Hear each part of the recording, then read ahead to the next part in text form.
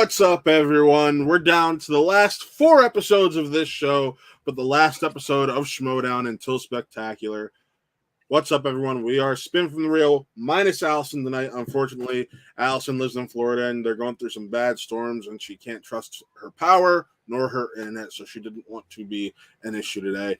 But so we understand. Or is that the excuse she gave us?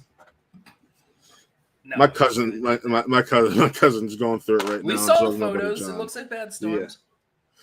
But you got us tonight.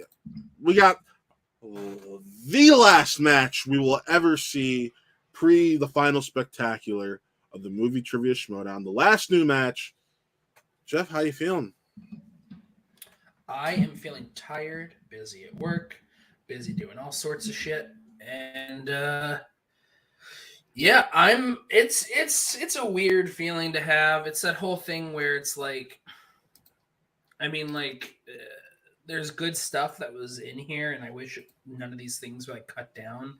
We could have had all these what if things, and they didn't cut it all out, because seeing how fun the dynamic was between Andreyko and Smith, for them to cut out probably everything that could have been in a post match and stuff like that, and Wingblades of Glory and what they could have done.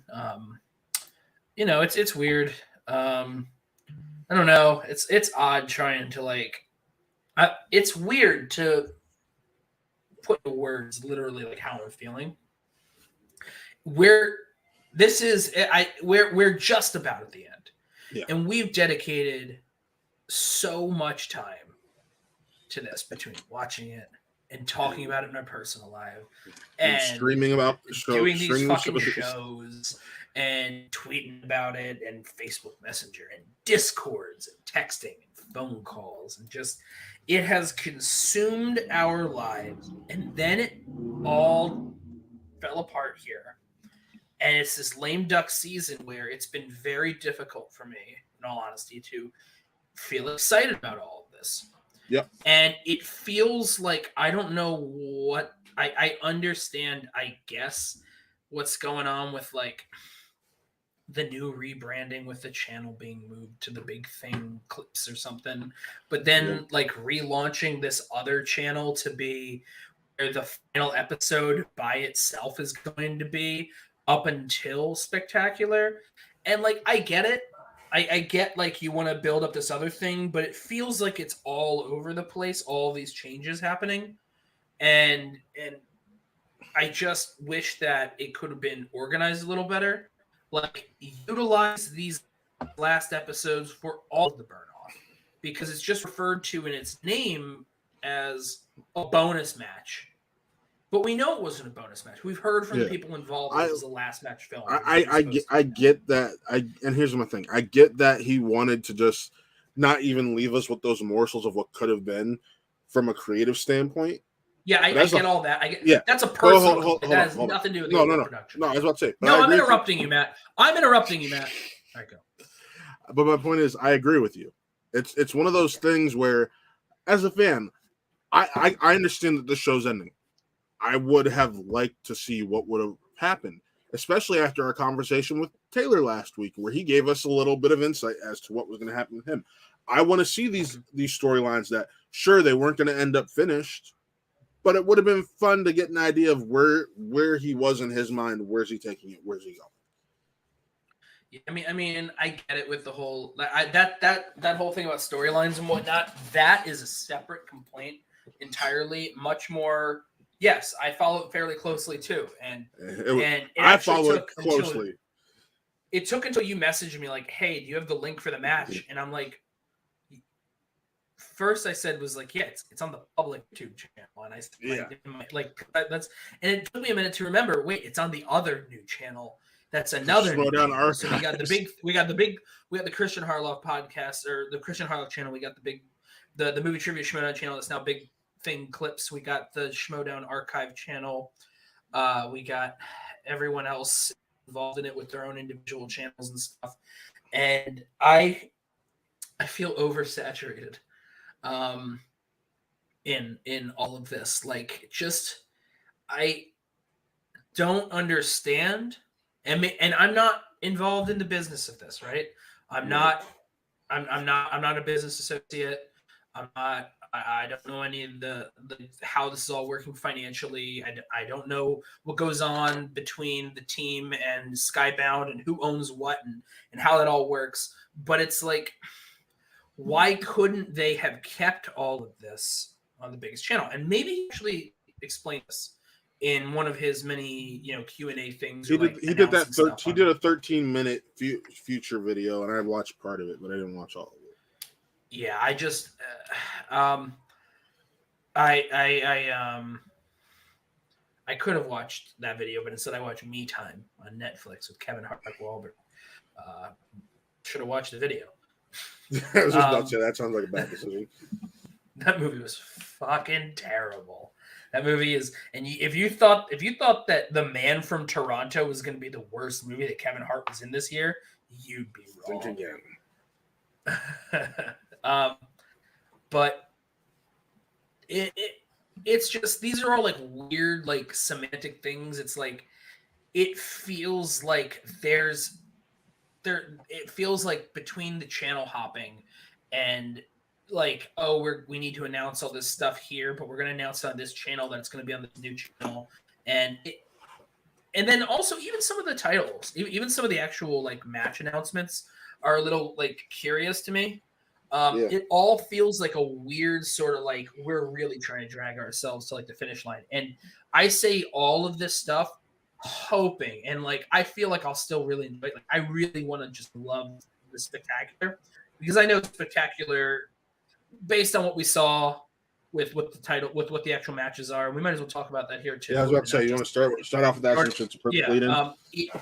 We get it. Storylines, free for all that shit out the window. It's all right, cool. What can we do to make people happy?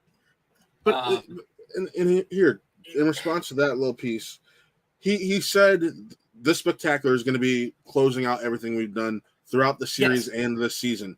Why are you throwing the free for all out the window? Marisol has a number one contender, or has a title shot, and just maybe he'll surprise us and she'll show up and it'll be a triple threat. But to not see her be able to use that in the GOAT match kind of sucks. Right. I get it. I get the GOAT match thing, though. I absolutely get it for the sake of legacy of the Schmoedown. Yes. That it makes absolute sense for this to be a GOAT match thing. It also is just curious to me. Now it's like, GOAT of what? GOAT of what? Is it GOAT for everything? Because Sam did really well in teams and then retired it. So we had that one pocket of time, and then he's just been on a fucking roll with singles. Awesome. Sam also was dominant in singles for a long time. Yeah. I'm just saying, like, great. There are all these incredible players throughout the other ones. None of these other things can be referred to as GOAT things either. You can't have teams GOAT. You can only have GOAT for one of, I get it, but you can't have like a GOAT thing for like teams things. It's weird to me. And maybe it's just my brain trying to what's the word I'm looking for? Reconcile. It's trying to reconcile what my mind would have wanted, what my brain still comprehends as the whole sports line of you get to here to here to here to here to here, and then you're at the title shot or something.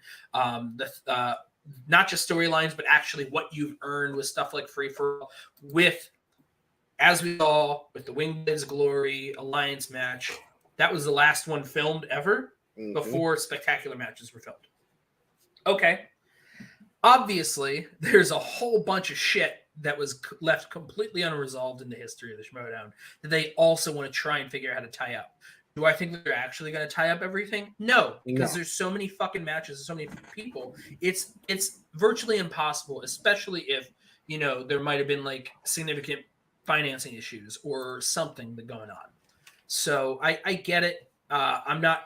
It's trying to reconcile that thing of like what could have been versus what reality is.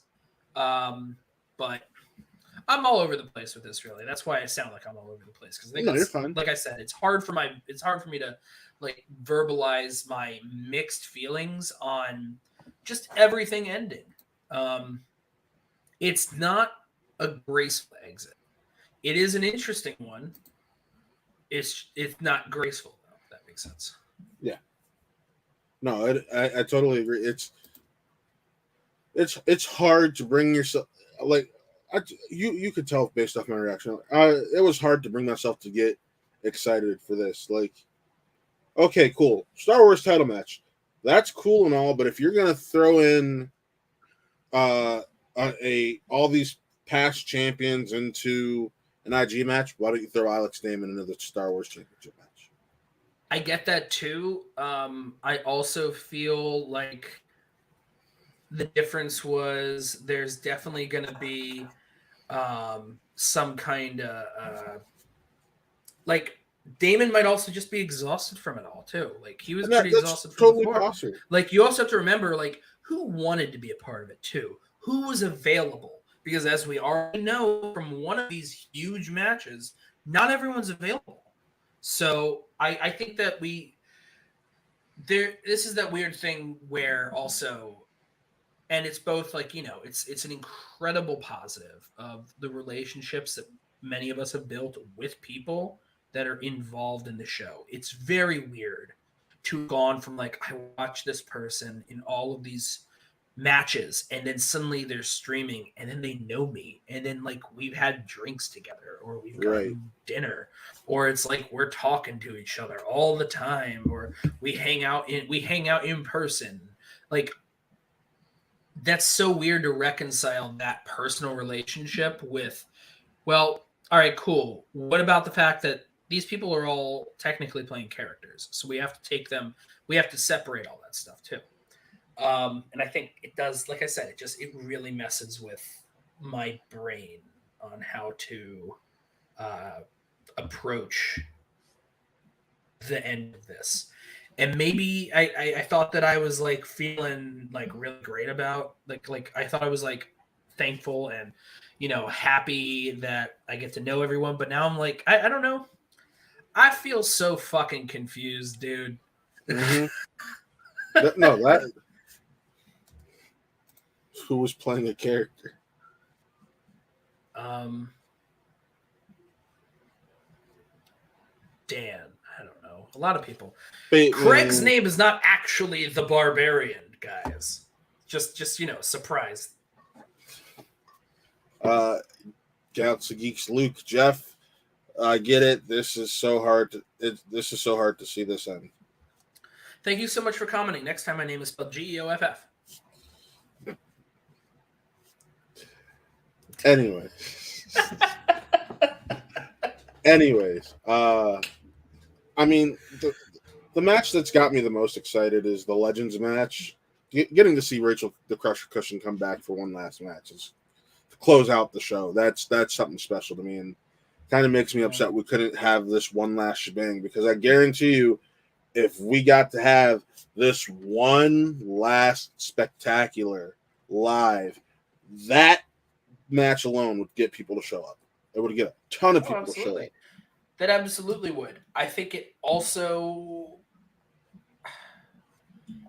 How unhinged am I feeling today? I'd say 80%. I think that it's what? I'd say about 80%. All right, I'm not the full 100 yet. I think that it's a very interesting matchup between them because it's funny that like you look at the two of them and they both have had great runs in singles. One of them had a better run in teams than the other. But then you also have to take into account that like, as far as like possible IG type information, obviously Rachel has the upper hand, but I'm pretty sure Marisol is like, I don't want to say an expert, but probably pretty big on the on like Middle Earth stuff. So I find that kind of funny. Like if like I wouldn't be surprised if something Middle Earth came up between the two of them. Right. Like as in round one and whatever, I think, or if it's on the wheel. Just because I think that they both would crush that, obviously. One would definitely crush. The other one would whatever verb Marisol would be. But no, I think it's a fun match overall. Like I think it has the potential to be fun. I should say that. I'm talking hypothetically. I can't actually say the quality of it because I haven't seen it, of course. But I am in a weird spot with this as well as the rest, where I don't think I care as much about the outcomes as much as the content of the matches themselves. That's Like kind of for where I'm instance, at. and it's fine at this point. The way that everyone is like burning everything off that they have all their inside knowledge. I knew that between Sean and Glory Jean, they took. I knew months ago that they took down 4 champions between the two of them in a single day. Right. But that was like exciting for my friend. What was more fun was seeing them interact with everyone on there. Yeah. So you know me when it comes to movies. I don't give a shit about spoilers. I very rarely care about spoilers Yeah. when it comes to movies and stuff.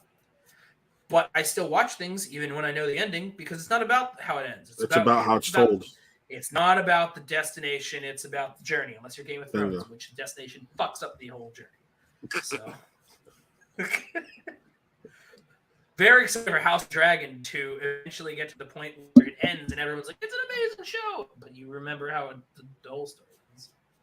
Not good. Yeah, no, it's It like you if you told me earlier this year that I'd get Levine versus Merle, I would have been so excited. But I get this is inevitable. The GOAT match. Yeah, now it just feels like it just feels like it's happening because it's they're arguably the 2 greatest players of all time. I mean, that's a weird thing as well because it's like it feels inevitable. Not everything that is predictable is bad. Right. Like for instance, Best Picture winner of 2021, Coda. Great fucking movie.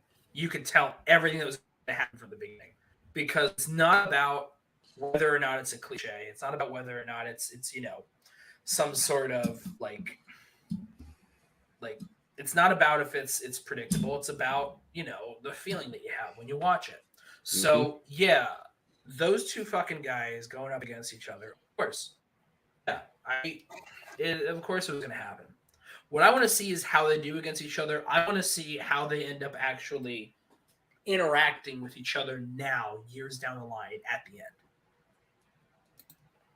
No, of course we want to see them in it. We're talking about what. It's more like rather than it being an exciting event, it feels like an inevitable conclusion. Right. And somehow, to me, that feels less exciting.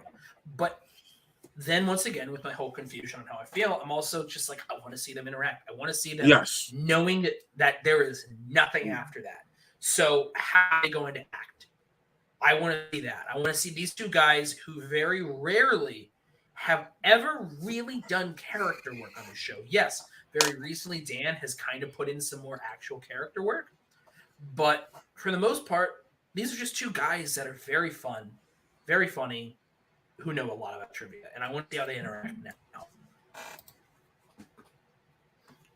Yeah, no, and I doubt it, but actually, no. Has Christian been on the desk at all this year? Only a few times. Like it's been maybe during title matches. Yeah, it's been sparingly. So yeah, it's been very sparingly. So I'm very interested in that. Where what else is all over the place? This conversation. Do we want to just actually go one by one real quick? We can recap as we go with a couple of those things. The biggest surprise match of it all, the teams match of. Oh, hold up, Taylor's got a question. My question to the 2 of you was, who would be more satisfying to see as the final winner at the end of the show? I don't know if there's realistically one that would be more satisfying than the other to me. That's just where I'm at this point. I have because the crazy thing about that for me, God damn it, I fucking suck tonight. The difference there of how I would feel with each one winning. Let's say it's an amazing match, and maybe even like McKee level with Sam, where it was perfect all the way to the end, right? what I would feel is one of two things. If it's Sam that wins, then I think that it would just be this incredible, like, wow, what a wild return, and wild return to form with his multiple defense, with his win multiple defenses and all this other stuff. Like, just he never lost it. He always had it. What a fucking genius. What a fucking G. What a fucking bro.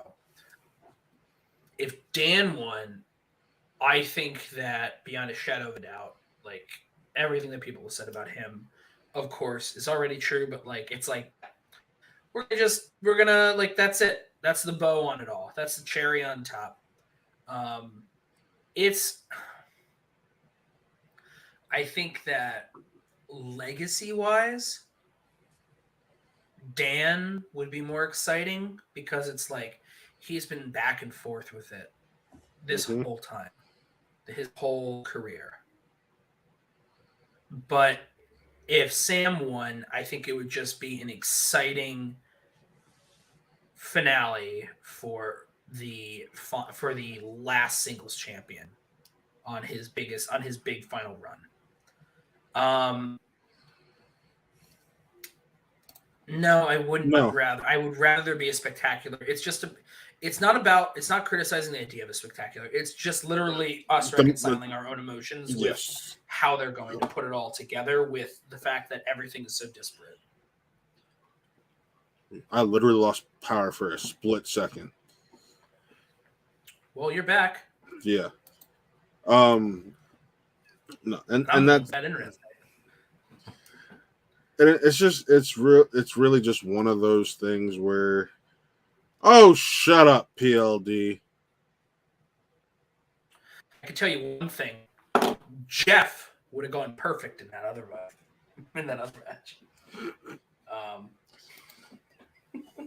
But no, it's just one of those things of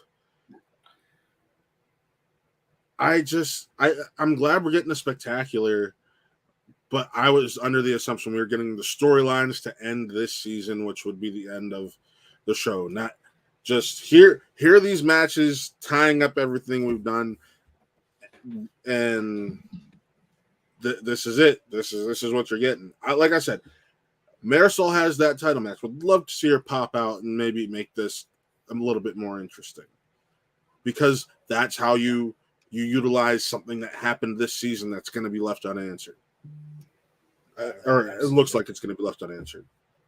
So it's just it's a mixture of excitement, but also looking back at what the season was, being happy and seeing that it's going to be ignored, and looking at it's just so much going on. But let's go. But I'm kind of over the whole like we got to wrap up the storylines. Maybe I mean, like, what was it, 10 minutes ago? I was really like upset over it. I've already moved on. That's how fucking all over the place I am. Yeah. Well, and that's what we're about to start. So here, the first match we get is teams match. Who's the boss versus the ruling class? What the actual fuck?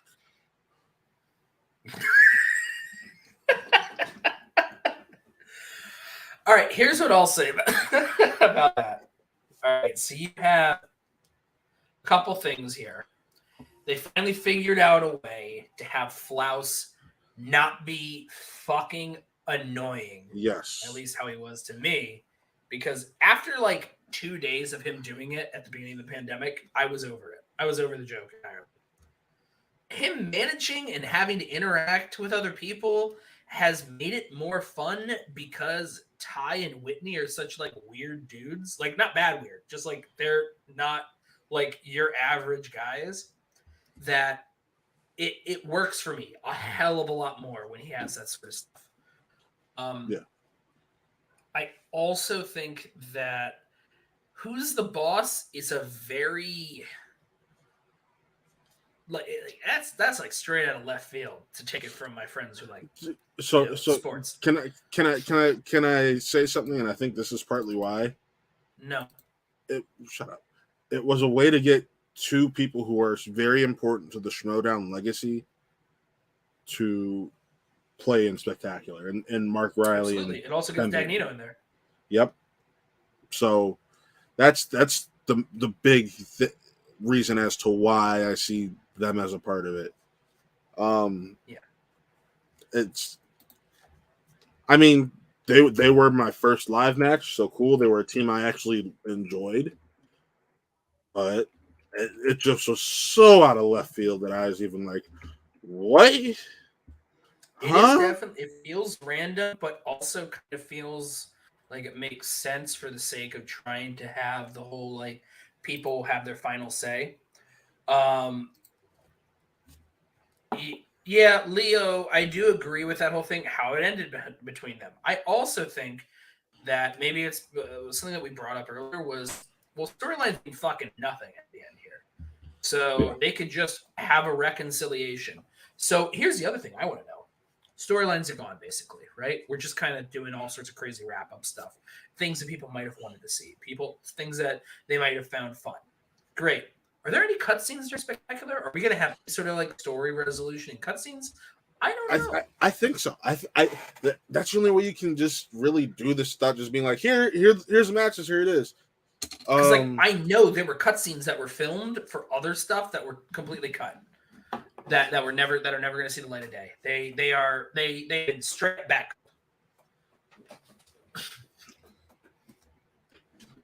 Yeah, no, it's Taylor Cleek says, look, you can't end MTS without finding an excuse to book one of the greatest characters in the history of the game.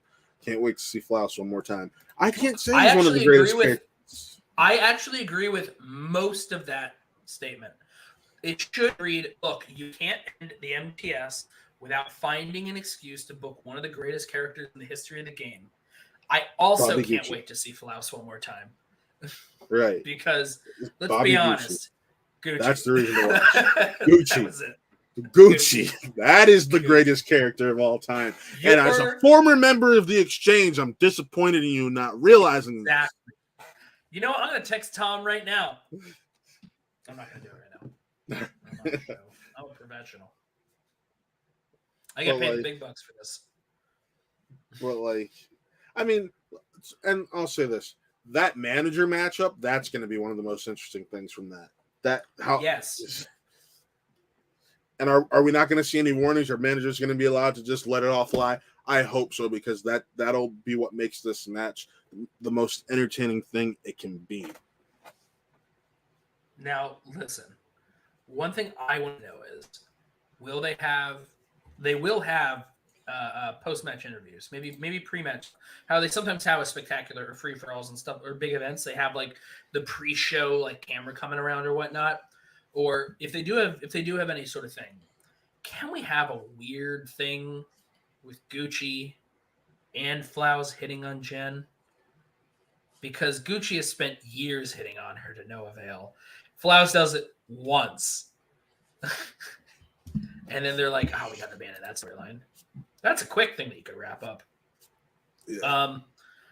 But I think overall, that could be a very fun match, because I do think that Who's the Boss has great chemistry, and they've always been really solid together. And then Ruling Class has just been like a very They're my favorite new team. They're my favorite new team. They're a great new team. They're a really good new team this year. So I would be very excited to see them play. See, this would have been fun, actually. I would have rather gotten as a Fletch and Flaus versus Gucci as an exhibition match, just to give the fans the worst but most entertaining match for the final Schmoedown and spectacular. Yeah. I do agree, though. I'm sure that you bring in the company car to the studio. That's very funny. That you think Skybound would spring for a company car. 90% unhinged. On to the next match. It'll be fun. What's the next one? The Malanta Civil War. Talked about it. Look, I think it'll be enjoyable. I think it'll be fun. Love the Demolantas. They're great people. They're awesome.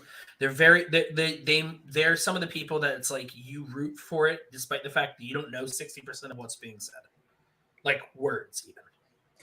Yeah, it's one of those things where this felt inevitable, but it felt like a good inevitable, because this is something we all actually, more recently at least, wanted to see, and it was earned. He defended the title enough times. He had an automatic title shot to come back once, and then Absolutely. Demi had been playing lights out. She's outside of Spectacular last year. She's played lights out, and she's done so in the Star Wars division, which sadly has been put behind a paywall. You should release those episodes this month, not some Patreon matches. So here's what I'll say about this, Taylor Beak, if it is your real name. You think that Skybound would pay for a Tesla? That money is going straight to a 1980s Pinto, because that's exactly what Skybound let the Schmoedown be here at the end. Something that if you bump it, it blows up. Wow. 95% unhinged. But, I mean, I'm glad to at least see them be the last Star Wars match. It's well-deserved. They've both killed it over the last few years and helped set a new standard for that league. So, good on them. That's outside of the Cushing match, which we'll get back to in a little bit. That's probably my most anticipated match. Yeah, I mean, look, we finally got of the Star Wars couples. We finally got a title match between one. Yeah, just not the one that anyone would have expected a year ago. Yeah, no one would have saw this coming. Holy hell! Yeah. Anyways, I remember Demi was just an afterthought. The next one is the team's title rematch: King Arthur versus Shazam. Here's what I got to say to this one. It's not King Arthur. One, it's not King Arthur, and two, we're ending on an otter couple. Yeah. Two, I feel like part of me is like, this should be an Iron Man match. And then I got to remind myself it isn't actually King Arthur. And if it was King Arthur, I'd say you've done Iron Man matches to be the end all be all before. Why couldn't you do it in this way? Or and maybe that, in my opinion, could be what the GOAT 2 match should be, because that might make the GOAT 2 match more exciting. Yeah. But I'm excited to see Shazam one last time. I'd be more excited to see King Arthur if I got to see Griffey, but Khan is a monster, and I can't wait to watch and see what he does. I am just hoping that with whoever the player is, that everyone's interactions are enjoyable, that really all I want out of this, because I don't really care who wins this match, this is one where I absolutely just want to see how it's played. I want to see how entertaining this one is. Yeah.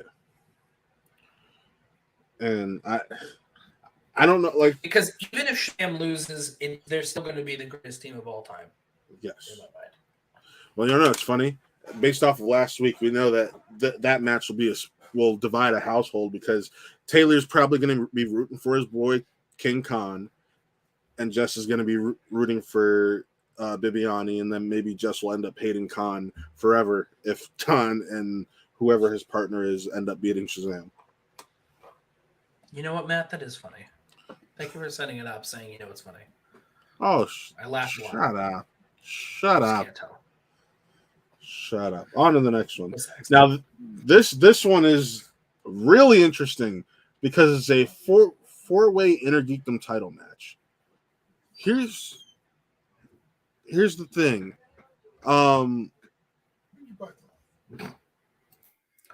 Damn, don't you hate it when someone walks in the room and it just ruins your train of thought? That happens to me all the time. Oh, look at him. Look at him go. Look at this happen. Go. Shoot. Shoot, fly, shoot.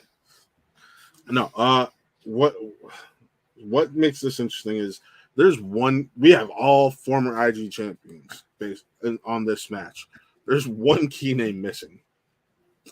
Mike Kalinowski is surprisingly no. Robert Meyer Burnett making his grand return. You're horrible.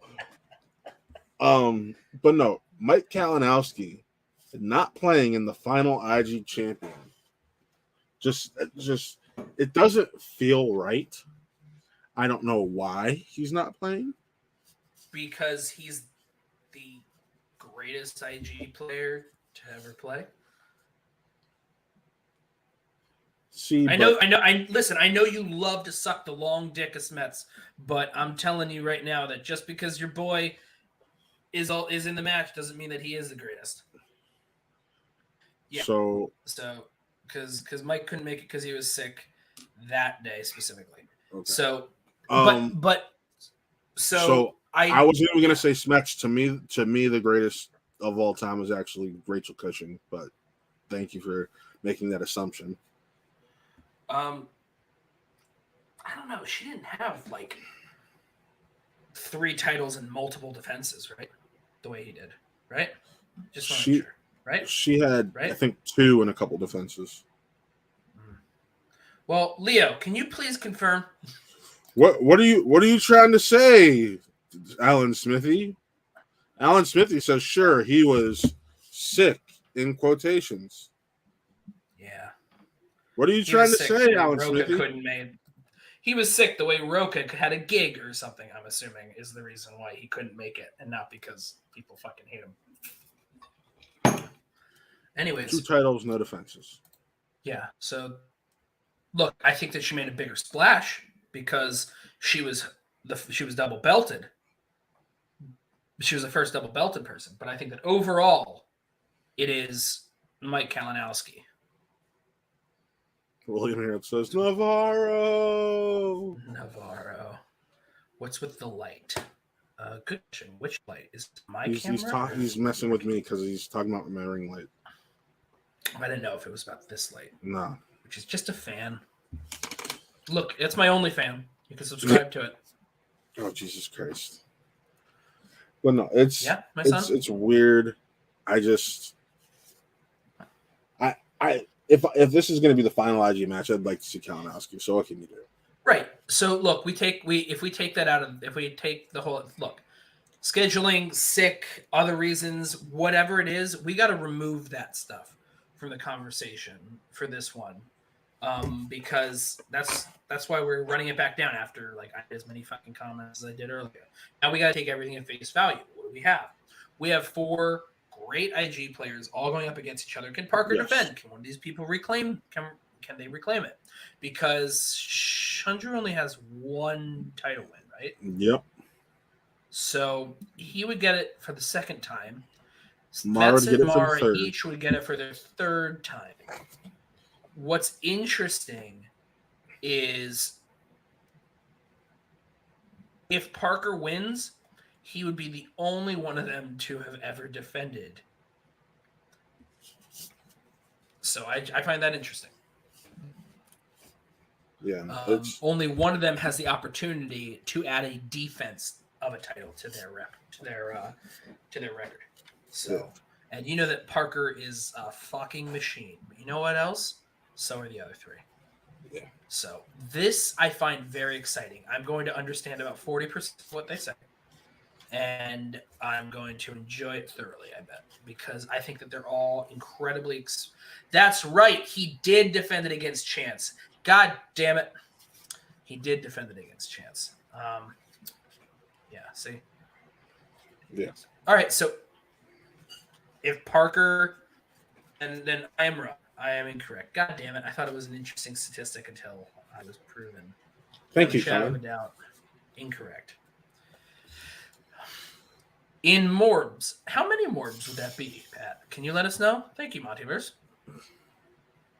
I've heard it was at least 2 Morbs. One of those Morbs came after a decisive Twitter campaign to bring the Morbs back. I hate Matt Smith. Anyways, you hate Matt Smith, or you hate? Wait, do you hate Matt Smith, or do you hate Morbius? I'm confused. I hate both. Well, I mean, I get the Morbius thing, but you hate Matt Smith is a totally separate conversation. In which case, I think that you need to be like, I don't know, you need to say Jesus. I don't like Matt Smith. That's why he put it in the comments, and he knows that. Yeah, that's fine. Look, here's the deal, Matt. You've been proven wrong so many times. Anyways, moving on to the next match. Because you don't have a response. No, I'm not dealing with that right now. We talked about this one a lot already, and that's the Crusher versus McKee match we talked about earlier in the show. I honestly don't know what more we can say about that. I'm excited to see Rachel one last time, and especially going up against, outside of Clark, arguably the most important female in the game's history. So there's that. Sure. And of course, we've already talked to death about the Levine Merle match. So Yeah. That's it. Hold on one No, second. I'm trying to figure out what Pauline is watching in the other room. I just heard a lot of piano music. interesting. All right, now let's talk about. Watching Beyond Deck, Below Deck. But no, let's talk about this last match we got. We're going out in the Wingblades of Glory. Glory Jean and Shaman. What a clever title for this stream, by the way. Good on you. Good job.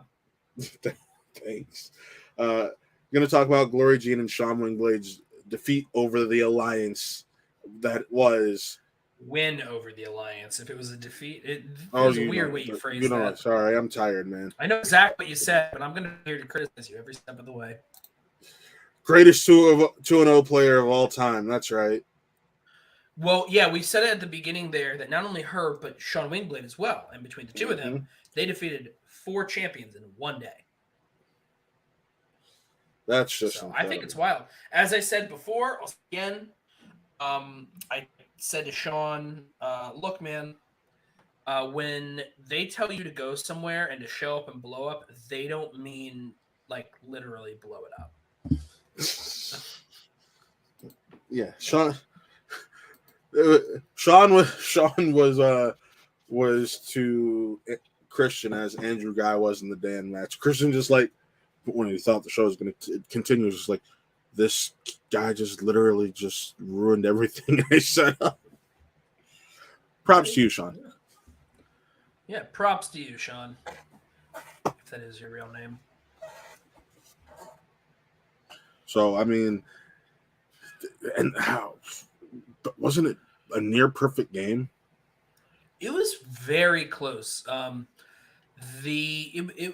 It was 36-31, which for a teams match, that's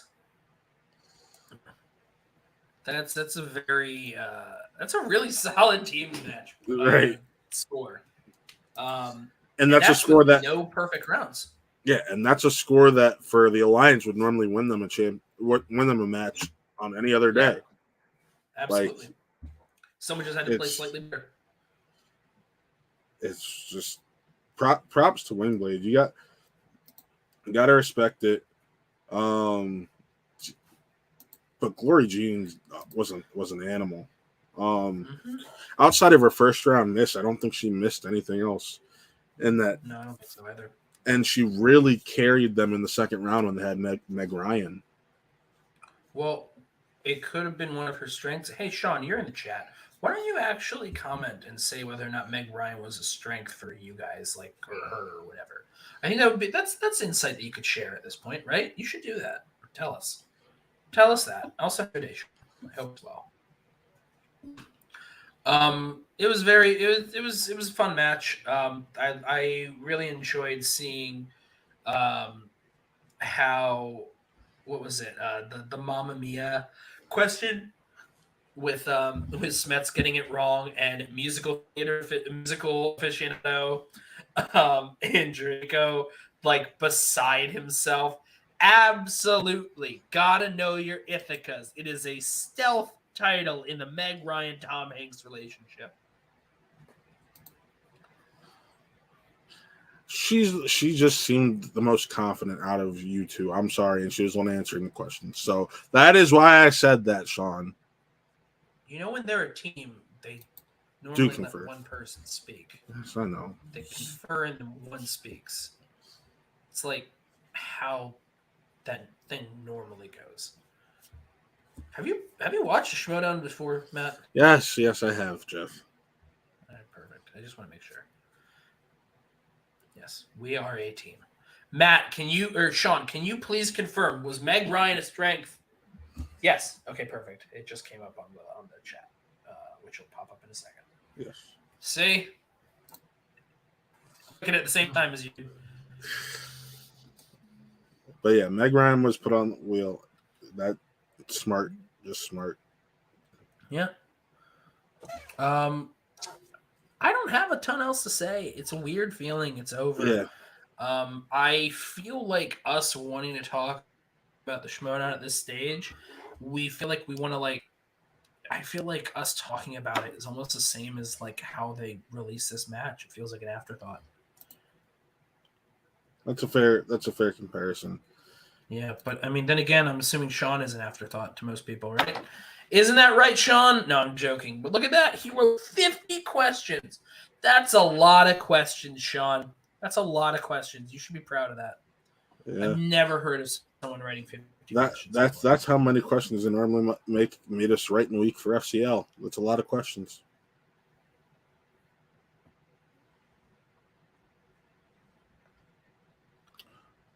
Oh no! God damn it! Hey, I can hear you again. You're at least coming back. You're coming back into focus. Yeah, no, I have like an extra thing to see. Yeah, I was going in and out, but who else? I definitely read that as who else could pull that five per turn. Yes, when the David Bowie one was the other one, the opposite, the face for the David Bowie one, the Pontius Pilate. I'm like, when I'm hearing the question in my head, I'm like, all right, Pontius Pilate. And I keep thinking Harvey Keitel and like, no, that's Judas.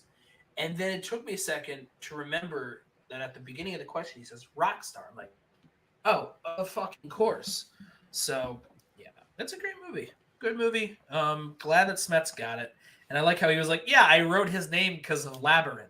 I just want to know how he got Labyrinth from this. Was it just a rock star in a movie? Because it's like, oh, if they just said musician, I could have been like, I don't know, Dwight Yoakam. Oh, yeah, if that was right, it's because I was just thinking of Crank 2, High Voltage. So the way that people like connect these things sometimes is kind of funny. It's weird how our minds work. That's a very funny joke, Alan. You can see I'm laughing hysterically. You and Matt killing it today. I'm fucking feisty, dude. That would make sense. Yes. Oh yeah, because the fantasy and yes of it all. Yes, sir. Yeah. Cool. You want to vamp some more, or what else do you want to talk about here with this? I'd rather just BS in the back. So, real quick.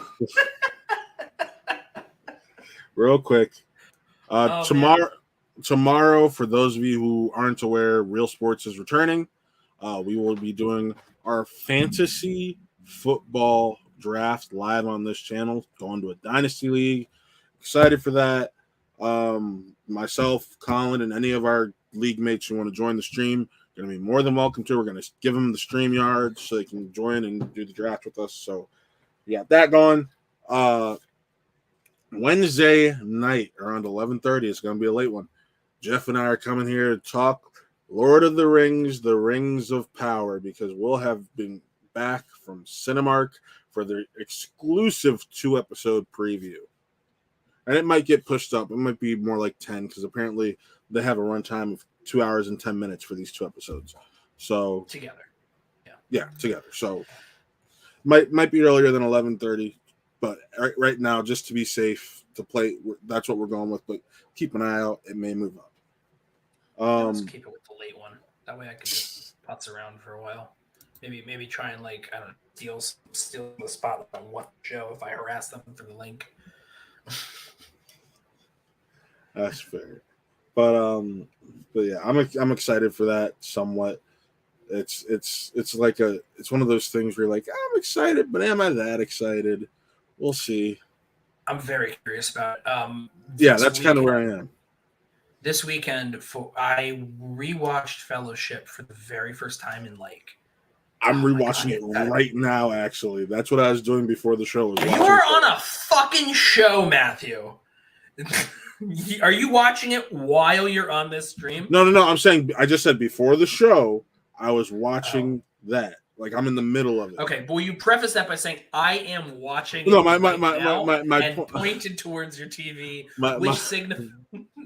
No, like it's paused on my TV screen. That's what I'm getting at. Like It's waiting for us to be done and us to stop hanging out Yeah, after this stream. Probably it's the very first. The first. It's the first Lord of the Rings movie, live action, of course. Yes. Can't forget about Ralph Bakshi, but it's I the grew up on very that first animated time movie. I've never seen the extended editions before, so it was the first time I ever watched the extended edition. I could feel a little bit of the lag in terms of like as a film, but it's still fucking awesome. Now here's the other thing: like it's a bet. It's there is lag. I'll give him. It's so much better. It's so much better even with the lag. Just like Jeff's internet's lagging right now. There we go. We got him back. Did I speak too soon? I might have spoken too soon. Yeah, I think what's even crazier is the lag got him here back on my end of the computer.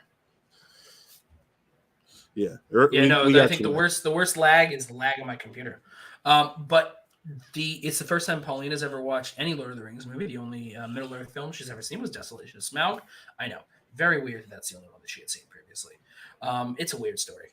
But it's not even a weird story. I went to go see it with a friend and she wanted to be with me and I brought her to see it because she was like, I want to go. And I'm like, it's the middle chapter of a prequel series of those. You haven't seen anything. She's like, so? That was the end of the story. But that is weird. It's like, yeah, I want to go see the middle chapter of the prequel series. That's like 2002 and you're like, you know what? I think Attack of the Clones is the time for me to jump in on the Star Wars bandwagon.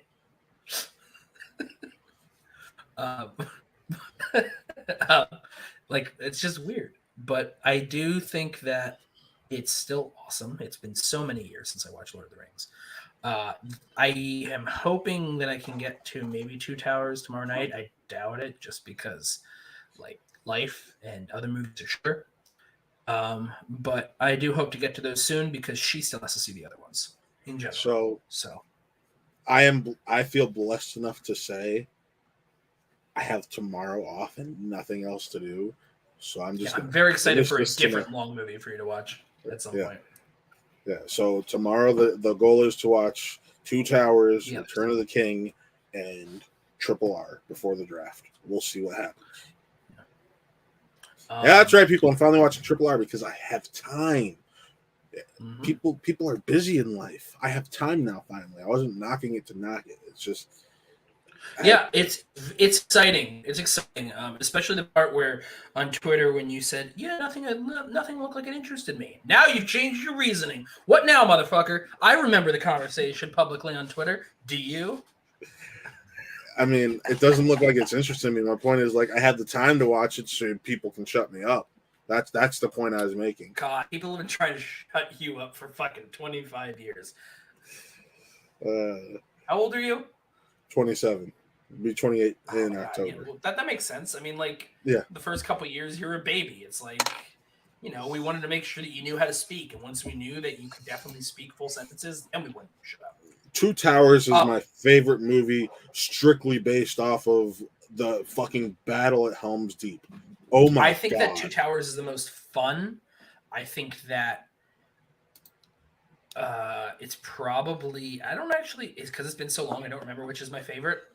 But I think Two Towers is probably most fun, especially because of the Helm's Deep battle. But I think Return is my favorite from everything I recall. See, let me run. Two Towers it's like here's Two Towers and here's Return of the King. They're like neck and neck. It's just the one battle puts 50.1 versus 49.1. I get it. It's gonna be exciting. What else do you got going on, Matt? Anything else you want to plug on your channel here? This week. Oh, I got it tomorrow. Sorry, last week I didn't do the 3,000 Years of Longing review. It was the last week before school, and I had wedding stuff I had to take care of, so I apologize for that. But tomorrow, because I got to record this tonight, and I'm not looking forward to it. My review for Honk for Jesus, Save Your Soul goes up. Yay. Why are you not looking forward to it? It got awesome reviews. I'm assuming you're not one of those awesome reviews.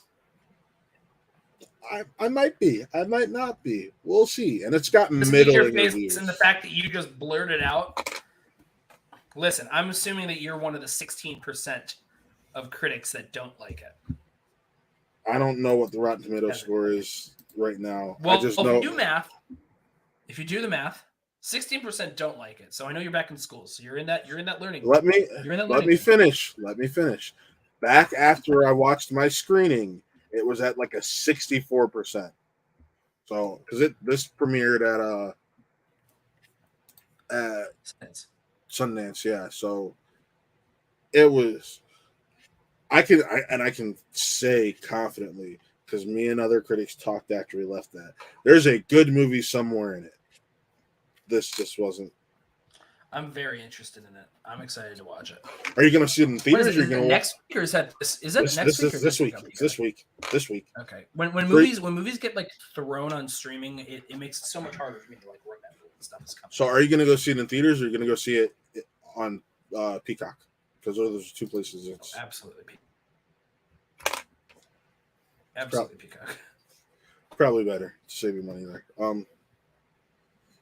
Why don't we wrap up? Because my internet keeps cutting out. Yes. So, folks, with that, we'll see you. It might not be next week. It may be the Monday after. We are going to have a special guest with Allison. Then we're going to do the week of spectacular preview, and the Monday following. Special guest. We'll see.